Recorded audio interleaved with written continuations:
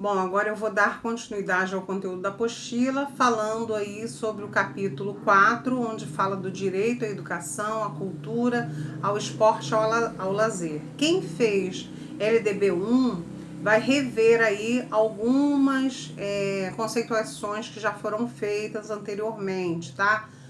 Mas eu vou explicar novamente cada uma delas para quem não fez, mas acredito que todos vocês já tenham visto alguma coisa nesse sentido, tá? Porque em LDB 1 a gente trabalhou esse conteúdo, só que agora ele está mais direcionado à criança e adolescente, justamente porque a gente está falando do Estatuto da Criança e do Adolescente, né? Então todos esses direitos são amparados por lei e direcionados às crianças e adolescentes, ok? Então vamos lá, nesse capítulo, no artigo 53, diz o seguinte: a criança e o adolescente têm direito à educação, visando ao pleno desenvolvimento de sua pessoa, preparo para o exercício da cidadania e qualificação para o trabalho, assegurando-se-lhes. E aí, o que vai assegurar? Primeiro a gente vai entender, né? A gente já sabe o que é a criança, a gente já sabe quem é o adolescente e sabemos também que eles têm direito à educação, né? E que visa justamente o quê? O seu desenvolvimento pleno. Então, quando a gente fala de desenvolvimento pleno, a gente está falando realmente em todas as áreas, né, da pessoa humana. Então, a área psicológica, a área física, emocional, todas as áreas, espiritual, musical, né, dentre outras. Para o exercício da cidadania, quando a gente pode dizer que somos cidadãos, né? Quando a gente entende os nossos direitos e também os nossos deveres, e aí temos o poder, né, de exercer a nossa cidadania. Qualificação para o trabalho, né? Então, lá no final do ensino médio, né, esse adolescente, ele já está tendo aí um preparo para ser inserido no mercado de trabalho. Tanto é que a gente vê aí já jovens e aprendizes, né, no mercado de trabalho. E para isso tem que estar estudando, né? E aí o que vai assegurar?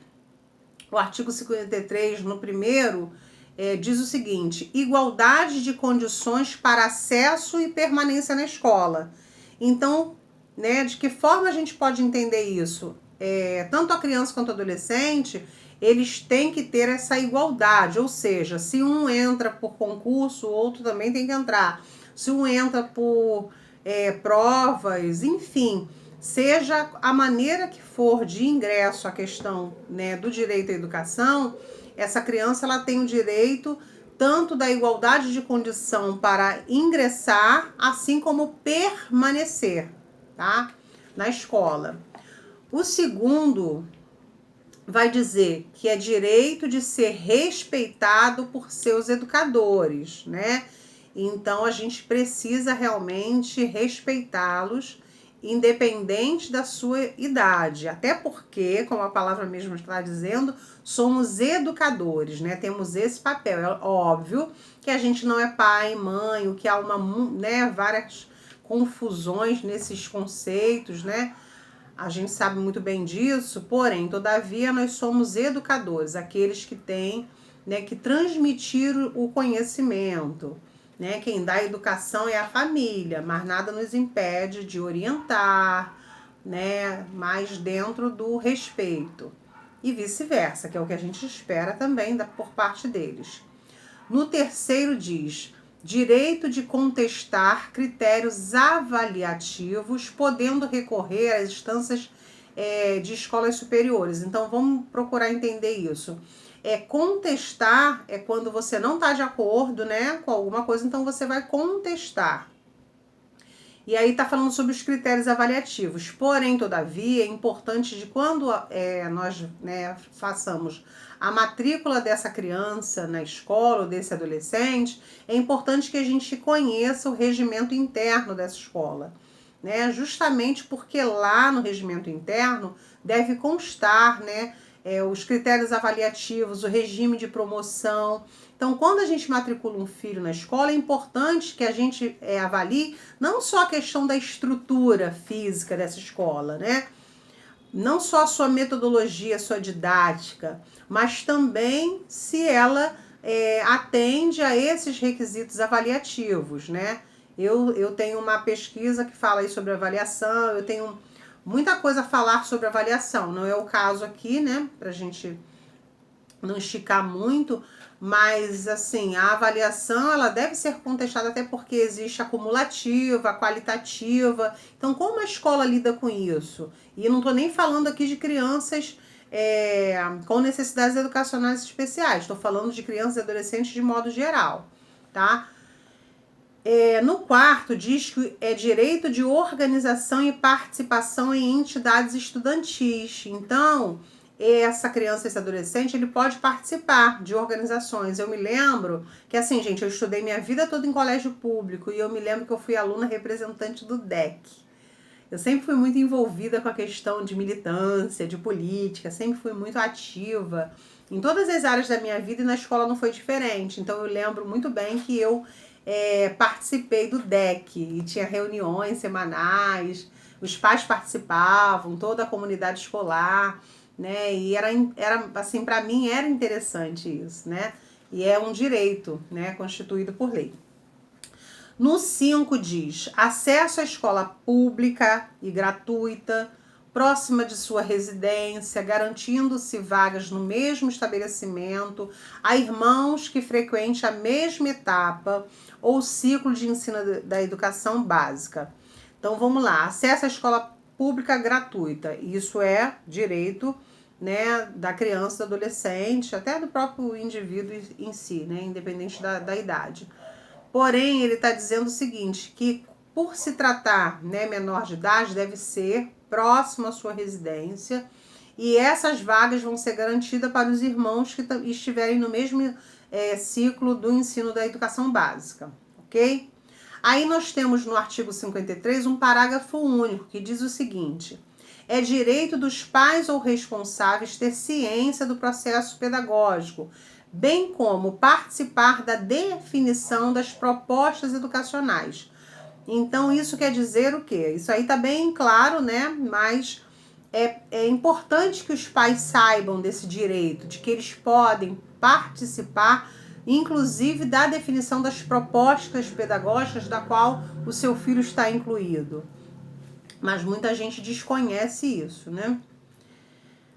No artigo 53A, já vai dizer sobre o dever da instituição de ensino, clubes e agremiações recreativas e de estabelecimentos congêneres. O que vem a ser o congêneres? Do mesmo gênero, ok? Assegurar medidas de conscientização, prevenção e enfrentamento ao uso ou dependência de drogas ilícitas. Então, é dever da instituição de ensino, né, e todas essas instituições, seja governamentais ou não, que se proponham a justamente assegurar medidas de conscientização, né, com relação à prevenção, né, ao uso de dependências de drogas, no caso ilícitas, né, que são as drogas realmente das quais a gente conhece, né, enfim, maconha, cocaína, né, dentre outras. No artigo 54 diz que é dever do Estado assegurar a criança e adolescente. Então vamos ver o que é dever do Estado que deve ser assegurado tanto à criança quanto ao adolescente. Então vamos lá. Diz aqui no primeiro: ensino fundamental obrigatório e gratuito, inclusive para aqueles que não tiveram acesso na idade própria. A gente já falou aqui sobre isso, né? Que o ensino fundamental, que compreende hoje, né, ao Fundamental 1, né, que é do 1º ao 5º ano, e o Fundamental 2 do 6º ao 9º ano, né? Obrigatório e gratuito, e justamente para aqueles que não tiveram acesso, que a gente chama de EJA, né, do qual a gente já falou, que é a educação de jovens e adultos. No segundo diz progressiva extensão da obrigatoriedade e gratuidade ao ensino médio. Então, não somente o ensino fundamental, como o ensino médio é direito, né, adquirido, e também de forma obrigatória e gratuita. No terceiro, fala sobre o atendimento educacional especializado aos portadores de deficiência, preferencialmente na rede regular de ensino. Gente, eu sempre faço esse adendo aí. Cuidado com essa nomenclatura, portador. Né?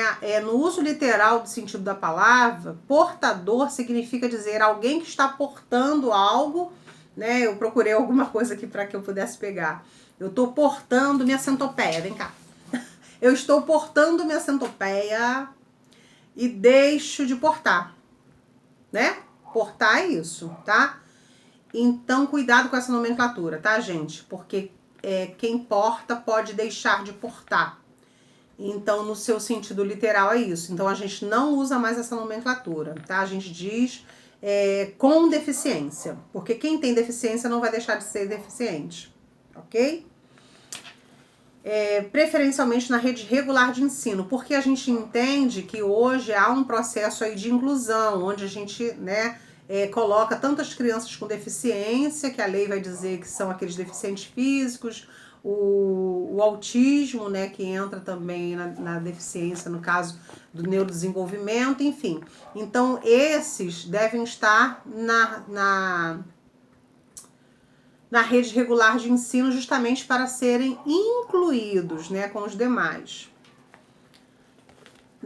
No quarto, fala sobre o atendimento em creche, pré-escola, às crianças de 0 a 5 anos de idade. Então, a gente sabe que de 0 a 5 anos de idade, as crianças devem estar na creche ou na pré-escola, sabendo que na creche não é uma obrigatoriedade, né, é uma escolha aí da família. A partir de 4 anos passou a ser obrigatório agora, né? No quinto, diz que acesso aos níveis mais elevados do ensino, da pesquisa e da criação artística, segundo a capacidade de cada um. Então, assim, terminou o ensino médio, mas tem condições de dar continuidade aos seus estudos em faculdade, né, mestrado, doutorado, aí vai realmente dar a capacidade de cada um, né? Aqui a gente não está falando de cotas, nada disso. Mas o indivíduo ele tem esse direito, tá? De dar continuidade aos seus estudos. No sexto, fala sobre a oferta do ensino noturno regular adequado às condições do adolescente trabalhador. Então, a gente sabe muito bem que o adolescente que trabalha, assim como o jovem também, eles têm 1 hora antes para serem liberados do trabalho, para poder não chegar atrasado na escola. Então, tem toda aí uma adequação para o adolescente que trabalha, para que os estudos não sejam prejudicados pelo trabalho, né? E vice-versa. No sétimo, fala o atendimento no ensino fundamental através de programas suplementares de material didático, transporte, alimentação e assistência à saúde. Então, a gente já falou isso anteriormente na LDB1, como eu falei, né? Esses programas suplementares, o material didático que deve ser oferecido, esporte, alimentação e também a assistência à saúde, de preferência nos postos de saúde, né, da rede pública. No inciso 1º, né, ainda do artigo 54, fala sobre o acesso ao ensino obrigatório e gratuito é direito público subjetivo, ou seja, o acesso ao ensino é obrigatório e gratuito desde que a gente vá lá e faça a matrícula, né? No inciso 2º, o não oferecimento do ensino obrigatório pelo poder público ou sua oferta irregular importa a responsabilidade da autoridade competente. Então, isso significa dizer que o ensino ele é obrigatório, o poder público precisa, né, ofertar. Caso haja aí uma oferta irregular ou a não oferta, né, o não oferecimento dessa obrigatoriedade, as autoridades competentes deverão entrar aí com recursos, né? Às vezes eles contratam, né, professores, quando há falta de professores, enfim, eles precisam realmente colocar a educação para funcionar. No inciso 3º fala, compete ao poder público recensear os educandos no ensino fundamental, fazer-lhes as chamadas e zelar junto aos pais ou responsáveis pela frequência na escola. A gente sabe que a frequência precisa ser igual ou superior a 75%, né? Com 25% de falta. E os pais realmente precisam ser comunicados ou solicitar, né? A escola precisa solicitar o comparecimento caso o número de faltas seja excessivo. Então, é parte do poder público assegurar a questão da presença, para que não haja aí evasão. Bom, eu vou tentar continuar, a gente está com 15 minutos de vídeo, vou tentar continuar aí. No artigo 55 fala assim: os pais ou responsáveis têm obrigação de matricular seus filhos ou pupilos na rede regular de ensino, tá? Então a família também tem o seu papel, também tem a sua obrigação, que é o de matricular, seja na rede privada, seja na rede pública, mas é a obrigação dos pais e responsáveis matricular os seus filhos, tá? No artigo 56 fala: os dirigentes de estabelecimentos de ensino fundamental comunicarão ao Conselho Tutelar os casos de... Então ele cita aí 3, né, específicos: maus tratos envolvendo os seus alunos. Então é aquilo que eu já falei para vocês anteriormente. Se a gente percebe que uma criança está sofrendo maus tratos, né, a gente precisa realmente acionar o Conselho Tutelar com as devidas cautelas, né, até porque a gente sabe que muitas crianças também imaginam coisas, às vezes elas mesmas se automutilam por vários motivos, então a gente precisa estar muito atento com relação a isso. Reiteração de faltas injustificadas e de evasão escolar, esgotados os recursos escolares, ou seja, comunicou a família através da agenda, isso tudo deve ser registrado, tá? Em livro ata, tudo direitinho. Se ligou para a família, se chamou, enfim, todos os recursos que a escola pode fazer para chamar essa família à escola para saber justamente dessas faltas que não foram justificadas ou essa evasão escolar. O Conselho Tutelar precisa ser acionado, porém deve estar tudo registrado devidamente. O terceiro fala: elevados níveis de repetência. Então, se a gente observa que aquela criança, né, tem assim um índice de repetência muito grande, é importante também, desde que esteja também tudo devidamente registrado, tá, gente? Isso é um cuidado que a gente precisa ter.